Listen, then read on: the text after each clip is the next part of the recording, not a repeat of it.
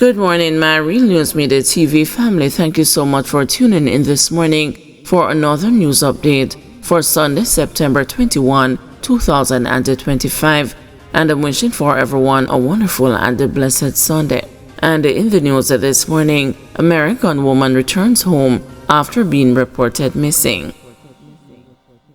The police say 21-year-old American Ora Telemizarai, who was reported missing on Friday, has returned home. The police say she is said to be in good health. The Mapen police had stated that Telemizarai had informed a family friend that she had landed in Jamaica at the Saxor International Airport in St. James and was picked up by a male companion. The police say all efforts to contact her after failed. 2 men killed in separate road crashes. 45-year-old Marlon Bell has succumbed to injuries he sustained in a vehicular crash along Highway 2000 in St. Catherine on Friday.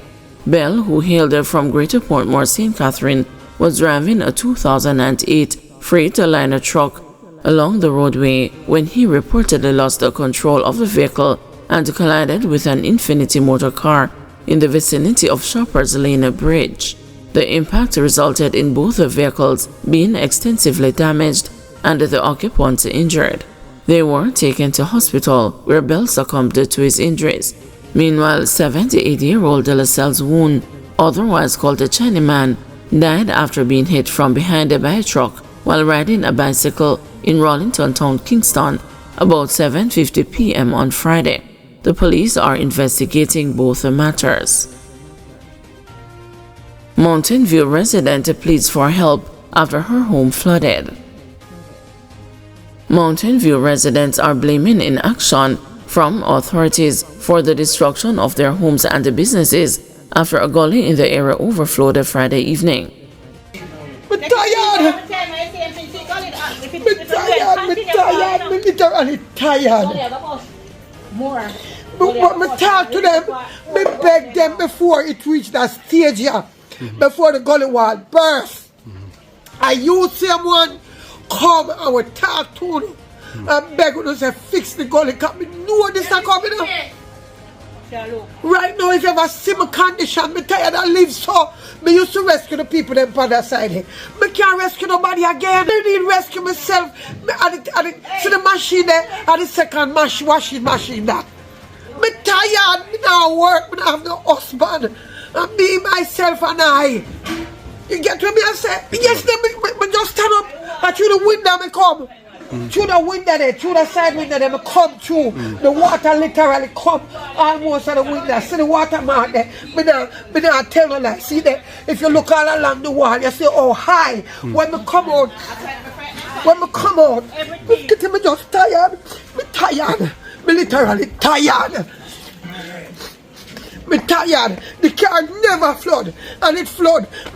Everything what we have, we make a life for myself. I go down the drain. The last time, you know, them say we go down a where? Down a ministry, a Harbour Street. We go a ministry, and that money they no grant yet. From way up in the last year, from the storm, we don't get no help yet.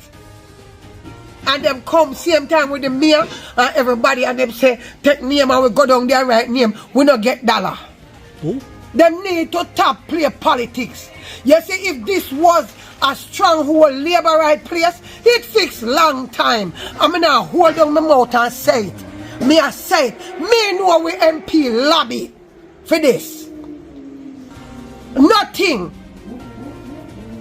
I can't blame MP because I have no control over it. A 5-time work agency come. 5 different consecutive time. Before down a bottom bus, 5 times. I'm tired. This morning me have it. This morning, yesterday, I couldn't cry. Last night me not sleep. I'm just tired. Portia's quiet strength. Husband confirms long whispered rumors about former Prime Minister's health, says he now lives only for her well-being. For years, it has been whispered in political and other circles, both within and outside of the People's National Party, the political movement, She once led as its first female president that Portia Simpson Miller, Jamaica's trailblazing former prime minister, was living with dementia. Last week, those whispers were confirmed. Last Wednesday, as Simpson Miller was honored with one of Cuba's highest awards, the Medal of Friendship, her husband and the chief protector, Harold Miller, confirmed for the first time in a rare interview that the 79-year-old former leader is indeed living with dementia. Dementia is a progressive brain condition with symptoms of a mental decline, which often impacts memory, thinking, and language. Today is being observed as World Alzheimer's Day, World Dementia Day. The annual September 21 Health Awareness Day aims to increase public understanding of Alzheimer's disease and other types of dementia. It is part of the broader World Alzheimer's Month, which takes place throughout September. Miller said he has been Simpson Miller's primary caregiver, fiercely protecting her dignity. Speaking emotionally after the event, which was held at the Cuban Embassy in Kingston and hosted by Cuban Ambassador Fermin Quinones, Miller said, "That's my life. I live for nothing else but her at this time. I have a lot of opportunities, but I have dropped all of those things. I live only for her, only for her." Miller shared that while Simpson Miller has not reached the later, more debilitating stages of the disease, she is facing the challenges typical of dementia, particularly with memory and communication. "It's the first time I'm going to publicly say to anybody, but she has been going through dementia.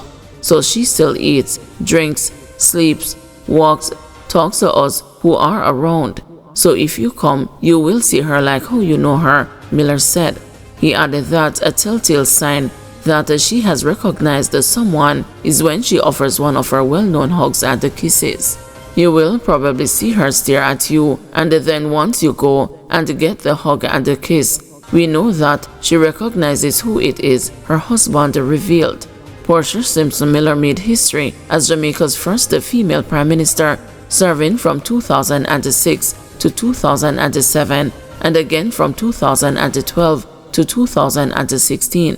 She served as leader of the opposition from 2007 to 2012 and from 2016 to 2017. She was also the first woman to lead the PNP, holding the presidency from 2006 until 2017. Her political career spanned 4 decades in local and central government, with several ministerial portfolios over the years. Her premiership saw significant national reforms, including the passage of tax incentive legislation in December 2013 and the implementation of the fiscal rule in March 2014, which curbed the government's appetite for spending. Following the PNP's defeat in the 2016 general election, Simpson Miller stepped down from leadership a year later and also resigned from the House of Representatives. At the time, there were already murmurs that she was beginning to show early signs of cognitive decline. Despite her condition, Miller said Simpson Miller still enjoys small routines. "She's fun to be with. We enjoy it. There are 4 of us there.